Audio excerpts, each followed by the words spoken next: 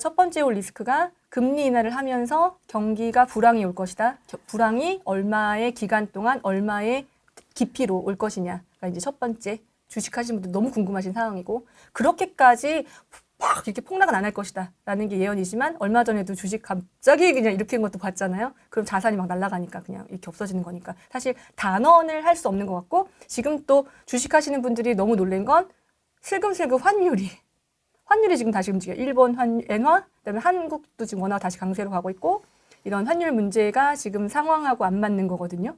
그러니까 지금 굉장히 머리가 복잡한 상황이고, 그게 첫 번째. 두 번째는 미국 대선, 11월에 일어날 미국 대선의 결과에 따라서 또 방향이, 저희는 대외 의존족이니까 중국과 미국에. 네. 요거가 이제 두 번째 변수이고, 세 번째는 연말에 있을 국지적인 입주가 얼만큼의 시즌에 하락을 만들 것인지, 그것을 견디고도 하락을 안 만들 것인지. 헬리오 입주할 때 전세는 떨어졌었는데요.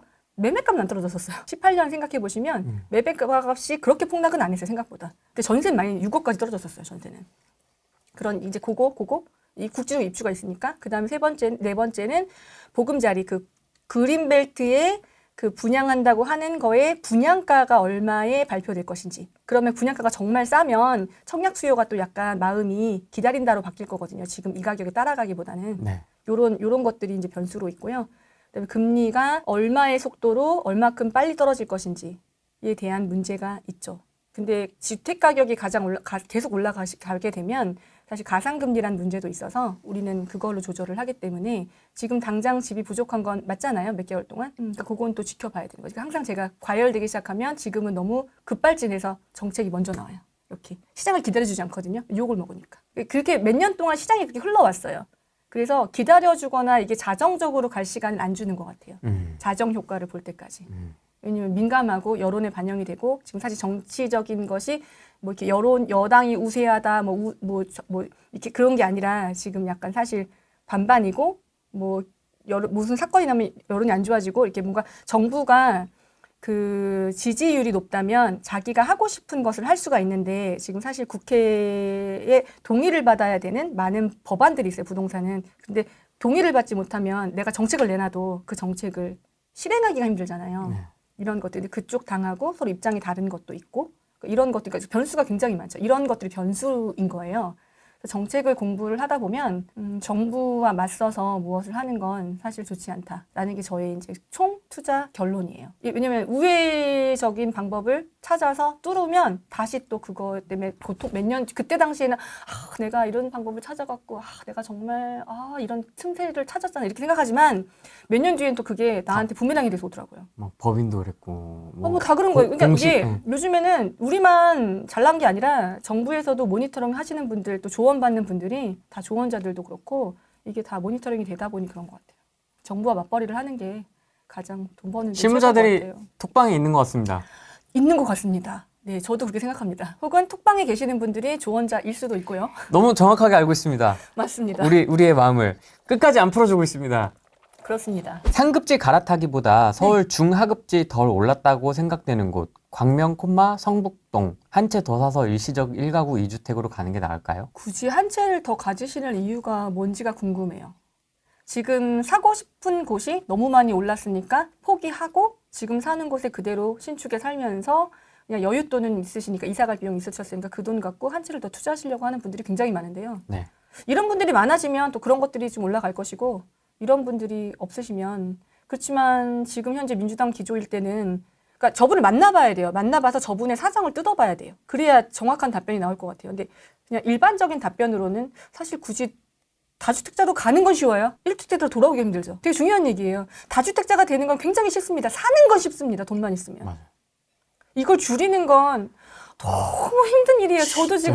저도 지금 옛날에 벌려놓은 게 있어서, 사실 이제 제 얘기도 해보자면 올 초에 되게 쌌잖아요. 특히 대형 평수 너무 쌌잖아요. 제가 이제 분양 받아놔서 새 한 바퀴 돌리고 이사 가려고 했던 집에 이사를 안 가기로 결정했거든요. 여러 가지 이유 때문에. 그 집에 이사를 안 들어갔기 때문에 저도 이제 좀 약간 그 투자자 마인드 말고, 제가 이제 2년 전부터 바뀌기 시작한 건데, 특히 작년부터는 이제 투자와 상관없이, 그래서 사람들이 자꾸 이때쯤이 되면 이상한 데 투자하고 사는 건가 봐요. 집을 지어 산다든가. 이제 이런 이상한 짓을 하기 시작하나 봐요. 점을 봤는데 거기서 지금 마음속에 두고 있는 건 생각도 하지 마라. 정확해요. 점괘 정확해요. 그런 집에 눈이 가거든요. 이제는 시세가 안 올라도 좋으니까 그냥 내가 정말 좋아하는, 예를 들면 이렇게 공원이 쫙 보이는 녹지가 이렇게 있는 집에 옥상에서 고기를 구워 먹는다든가 생각만 해도 하면 안 되겠죠? 왠지 이런 것들이 너무 끌리거든요. 그 주차는 또 어디다가 할 것이며 그죠? 근데 이게 너무너무 하고 싶은 거예요. 이제 또 외국에 살다 온 지도 얼마 안 되고 그래서 외곽에 집을 하나 그렇게 하려고 했는데 제가 박사과정을 주말에 하다 보니까 주말에 나갈 수가 없어요. 그래서 이제 그게 눈에 딱 들어오는 거죠. 그러니까 지금은 이제 뭐 예전에는 무조건 몸테크. 저는 이제 사이즈가 한 단계 넘어가서 그래요. 이제 그거보다는 저는 이제 더 이상은 허덕허덕하면서 하는 걸 안 하겠다라고 결심을 3년 전에 했잖아요. 이제 사람이 욕심은 한도 끝도 없는 거지만 내가 그 욕심을 조절을 하면 이제 조금 덜 힘들게 살 수 있겠다라는 생각을 이제 저는 그냥 스스로 이렇게 마음을 먹어서 네. 지금은 조금 옛날처럼 막 쥐어짜듯이 투자해서 막 또서가 하는 건 안 하거든요. 투자를 멈춘 건 아닌데 옛날처럼 극한까지 투자를 그렇게 해서 이제 끌고 왔고 지금은 약간 좀 사이즈를 유지하는 쪽으로 마음을 먹었어요. 뭐 부자가 되는 건 사실 한도 끝도 없죠, 욕심이. 근데 사실 저는 망하지 않고 싶거든요. 지금 가진 걸 잘 유지하고 싶거든요. 그게 이제 제 목표이긴 한데 옛날 고생을 좀 많이 해봐서 어쨌든 이게 그 이상하게 저 꽂히는 거여서 올 초에 그거는 그럼 더 이상 안 된대. 그래서 다가구 이런 거는 안 될 것 같아. 그 마음을 접었어. 그런데 좀 큰 평수에 그러니까 제가 갖고 있는 소유하고 있는 집들은 신축에 방이 4개 있고 이런 집들이 막 있는데 심지어 막 이게 가끔 이제 새 맞추다 보면 공실도 생기잖아요. 근데 저 집은 그대로 있는데 나는 도대체 왜 이렇게 몸테크를 하고 있어야 되는가. 위치는 너무 좋아. 너무 좋고 지금 너무 좋은데 이거에 대해 자괴감이 막 오는 거예요. 갑자기 현타가 탁 오더라고. 나도 좀 편안하게 좋은 집에 살고 싶고 내가 사놓은 그림도 좀 걸어놓고 싶고 그림을 비싼 걸 사서 이사 갈 줄 알고 그 그림 못 걸어놓고 있잖아. 이사를 못 가게 돼가지고. 그래서 이사를 알아봤는데 어디서 부딪혔냐면 아직 저는 다주택자니까 취득세 중과 완화가 안 풀렸잖아요.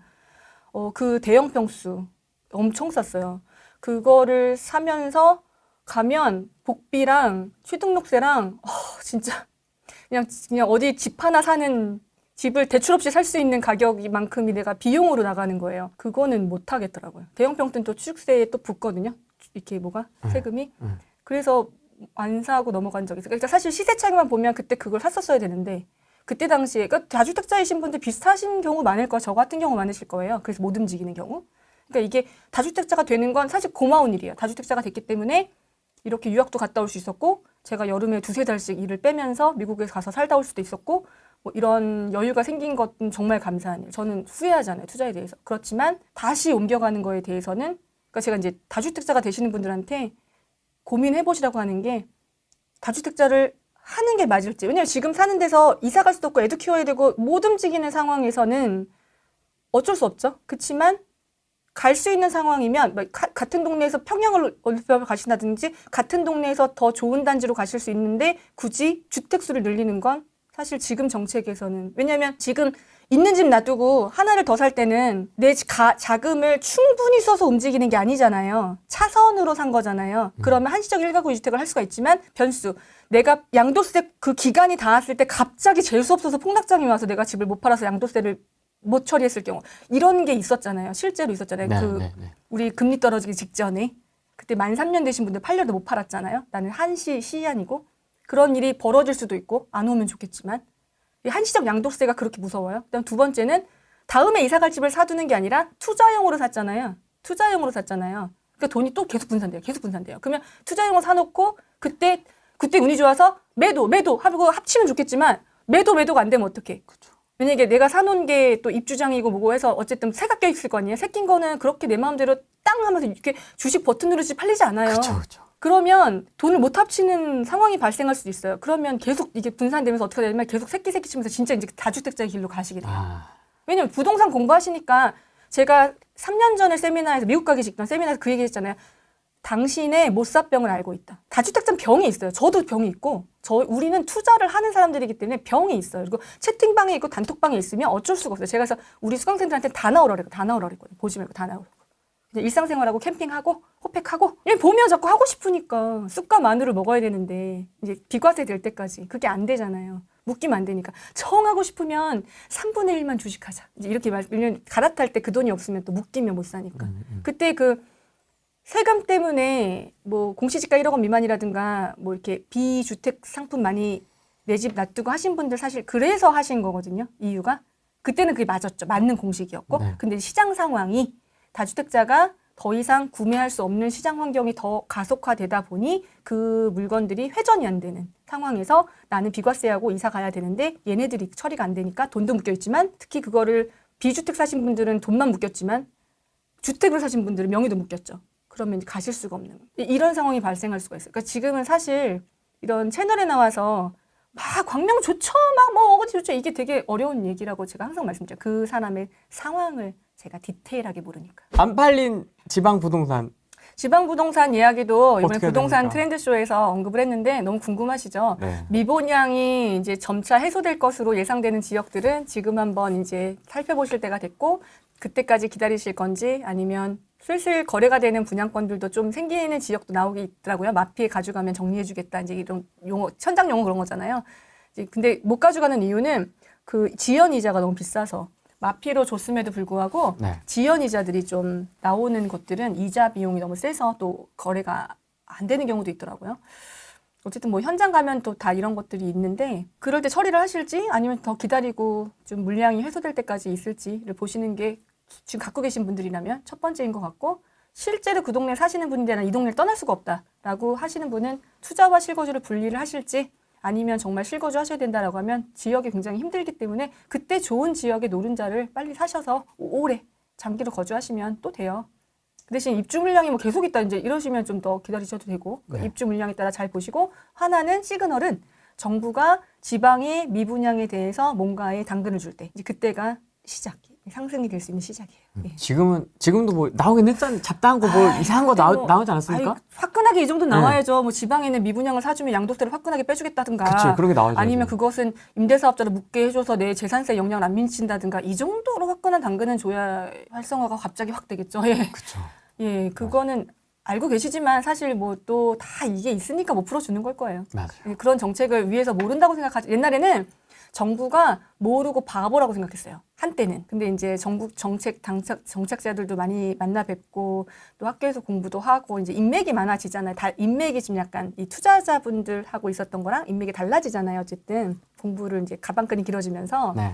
다니면서 느끼는 건 모르시진 않는 것 같아요. 사실 내가 모르는 부분에 알고 있었다고 생각하지만 제가 양쪽을 다 보라고 항상 말씀드리는 건 그게 나의 균형을 좀 잡아주는 데 도움이 되는 것 같아요. 항상 너무 이렇게 쏠려 있으면 안 보여, 안 들리고, 사실 안 들리고, 안 들리게, 안 보이고, 안 들려. 꼭 들어야 되나요? 네?